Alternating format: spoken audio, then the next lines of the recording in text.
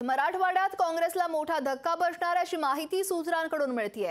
काँग्रेसचे माजी मंत्री बसवराज पाटील हे भाजपच्या वाटेवर आहेत अशा चर्चांना सुरुवात झाली आहे। केंद्रीय मंत्री भगवंत खुबा यांच्याकडून बसवराज पाटलांच्या प्रवेशासाठी मध्यस्थी सुरू आहे। तर धाराशिव लोकसभेसाठी उमेदवारीचा शब्द दिल्याची माहिती देखील मिळतेय। लोकशाही मराठीला विश्वसनीय सूत्रांकडून या संदर्भात माहिती मिळतेय। ओंकार कुलकर्णी आमचे प्रतिनिधी या संदर्भात अधिक माहिती देत आहेत। ओंकार, काँग्रेसचे माजी मंत्री बसवराज पाटील हे भाजपच्या वाटेवर असल्याच्या चर्चांना उधाण येताना पाहायला मिळतंय। नक्कीच अक्षरा, जर पाहिलं तर मराठवाड्यात काँग्रेसला हा मोठा धक्का बसण्याची शक्यता आहे।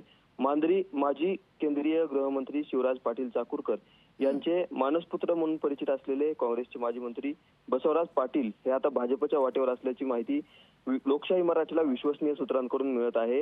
या संदर्भात त्यांच्या दिल्लीच्या 2-3 वाऱ्या देखील झाल्याची माहिती देखील मिळत आहे। त्यांच्या प्रवेशासाठी केंद्रीय मंत्री भगवंत खुबा हे मध्यस्थी करत आहेत। जर पाहिलं तर धाराशिव ही जी जागा आहे ती शिवसेनेचा बालेकिल्ला म्हणून ओळखली जाते। मात्र भाजपला यंदा ही जागा जी आहे ती आपल्याकडे ठेवायची आहे। त्यामुळे भाजप या मतदारसंघात बड्या चेहऱ्याच्या शोधात आहे। या मतदारसंघात लिंगायत समाजाची मोठी संख्या आहे आणि या समाजामध्ये बसवराज पाटील यांना मोठा मान सन्मान आहे। त्यामुळे त्यांना भाजपमध्ये घेऊन ही जागा भाजपकडे ठेवायची अशी भाजपची रणनीती आहे आणि याच अनुषंगाने त्यांना बसवराज पाटील यांना भाजप धाराशिव लोकसभेचा शब्द दिल्याची देखील माहिती मिळते। अक्षरा, नक्कीच धन्यवाद ओंकार दिलेल्या माहिती संदर्भात। लोकशाही मराठी ऐका, पहा, जागरूक रहा।